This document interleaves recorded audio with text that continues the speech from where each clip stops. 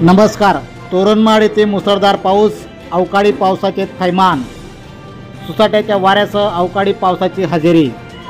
महाराष्ट्र राज्यातील क्रमांक 2 चे थंड हवेचे ठिकाण म्हणून प्रसिद्ध असलेल्या तोरणमाळ या पर्यटनस्थळी अवकाळी पावसाने हजेरी लावली।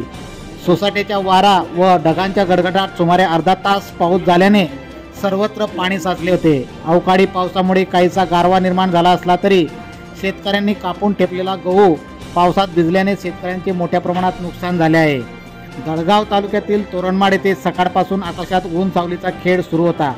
ढगांच्या गडगडाट दुपारी 4 वाजता सोसाट्याचा वारा सुरू झाल्याने अचानक मुसळधार पावसाला सुरुवात झाली। पाहता पाहता पावसाने रौद्र रूप धारण केले। या पावसामुळे सकल भागात मोठ्या प्रमाणात पाणी साचले होते। तोरणमाळसह आजूबाजूच्या परिसरात सुमारे अर्धा ते पाऊण तास पावसाचे थैमान जारी होते। परिसरातील शेतकऱ्यांनी मोठ्या प्रमाणात गहू कापून शेतात मळण्यासाठी ठेवला होता। या पावसात हा संपूर्ण गहू भिजला असून शेतकऱ्यांचे अतोनात नुकसान झाले आहे। मेहनतीने पिकवलेला गहू अवकाळी पावसामुळे भिजल्याने तोंडाशी आलेला घास पावसाने हिरावून नेल्याची भावना यावेळी शेतकऱ्यांनी व्यक्त केली।